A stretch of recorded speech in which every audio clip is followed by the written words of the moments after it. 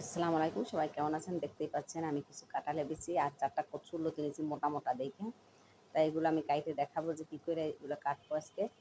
গোল গোল ছিলে নিছি কচুরলতিটা, দেখতে দেখেন গোল গোল করে কাইটে তারপর মাঝখান থেকে আবার কুচি কুচি করবো, আবার কাঁচা কাঁঠালের বিচিও পাতলা পাতলা করে কাইটে কুচি কুচি করবো, একটু দেখেন খেয়াল করে। তো এই কাঁঠালের বিচি আর লতি এটা যদি চিংড়ি মাছ দিয়ে ভাজা হয় আপনারা দেখবেন যে এতটাই মজা হয় যে এটা খেলে আর গোশ খাইতে ইচ্ছা করবে না, এত মজার হয়। কীভাবে এটা আমি ভাজি করবো একটু দেখেন। এইভাবে আমি কুইটা নিতেছি সব কাঁঠালের বিচিলে দেখেন পাতলা পাতলা করে আগে কাইটে তারপর আমি কুচি কুচি করে আপনাদের দেখানোর জন্য 2 সেট আগে আমি সিলাই নিছি।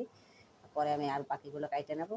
এই যে পাতলা পাতলা করে কুচি কুচি করতে হবে, মানে কচুরলতিটাও কুচি কুচি করতে হবে, কাঁঠালের বিচিটাও কুচি কুচি করতে হবে। তা এইভাবে আমরা সব কাইটে নেব।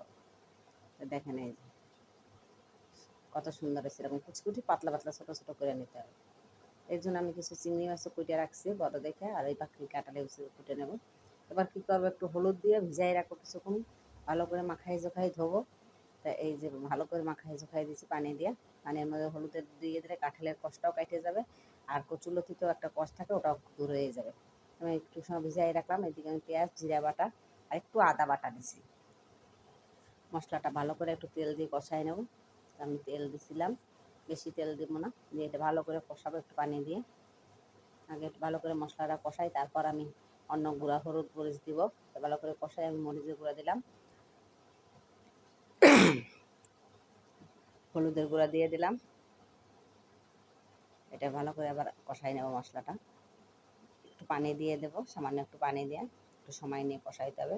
একটু সময় নিয়ে কষাইতেছি পানি দিয়ে, এবার নেড়ে চেড়ে ভালো করে সব করে নিতে হবে। তেলটা জায়গায় আসছে, ভালো করে কষানো হচ্ছে। এই যে দেখেন, এবার আমি চিংড়ি মাছগুলো দিয়ে দেবো, একটু বড়ো বড়ো চিংড়ি নিয়েছি, চিংড়ি মাছ কটা দিয়ে এবার কষাতে হবে। মাছগুলো দিয়ে দিলাম, আর চিংড়ি মাছগুলো দিয়ে ভালো করে কষাই নিতে হবে। কাঁঠালের বিচি অনেকেই খান, হয়তো আলাদাভাবে বিভিন্ন রকম কচুরলতিও সবাই খান, কিন্তু এইভাবে একবার খাইয়ে দেখুন, এখন কাঁঠালের বিচি পাওয়া যায়। তো এইভাবে কাঁঠালের বিচি কুচি কুচি করে চিংড়ি মাছ দিয়ে খাইয়ে দেখবেন কচুরলতি দিয়ে কতটা মজা হয়। এবার আমি একটু পানি দিয়ে দিলাম, এবার ভালো করে আর একটু কষাই নেব, মানে মশলাটা যতটা কষাবেন অতটা স্বাদ হবে।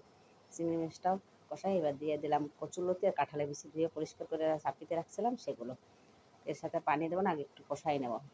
যখন একটু কষাই নিতেছি, এই যে দেখেন, সবজি বা মশলা যত কষানো হয় ততটাই মজা বাড়ে, তাই একটু কষাই নিতে হবে। এবার পানি দিয়ে দেবো, বেশি পানি দিতে হবে না, কষানোতেই অর্ধেক সেদ্ধ হয়ে গেছে।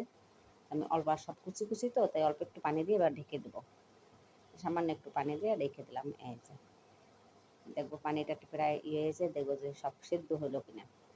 আমি সব একটু চাইবে দিতেছি, একদম গলে গেছে। এবার পানিটা শুকানোর অপেক্ষা, পানিটা শুকায় আসলে মনে করতে হবে যে এটা হয়ে গেছে। বাড়িতে পানি রাখবো না, আমি একদম ভাজা ভাজা করবো, সময় নিয়ে যে দেখুন পানিটা টাইমে গেছে। এবার আর একটু ভালো করে শুকাবে, অল্প জাল দিয়ে সুন্দর করে এটারে শুকাই নিতে হবে। একদম শুকনো শুকনো হলে উঠে হলো, তাই যে হয়ে গেছে। সবাই ভালো থাকেন, লাইক কমেন্ট শেয়ার করবেন। আল্লাহ হাফেজ।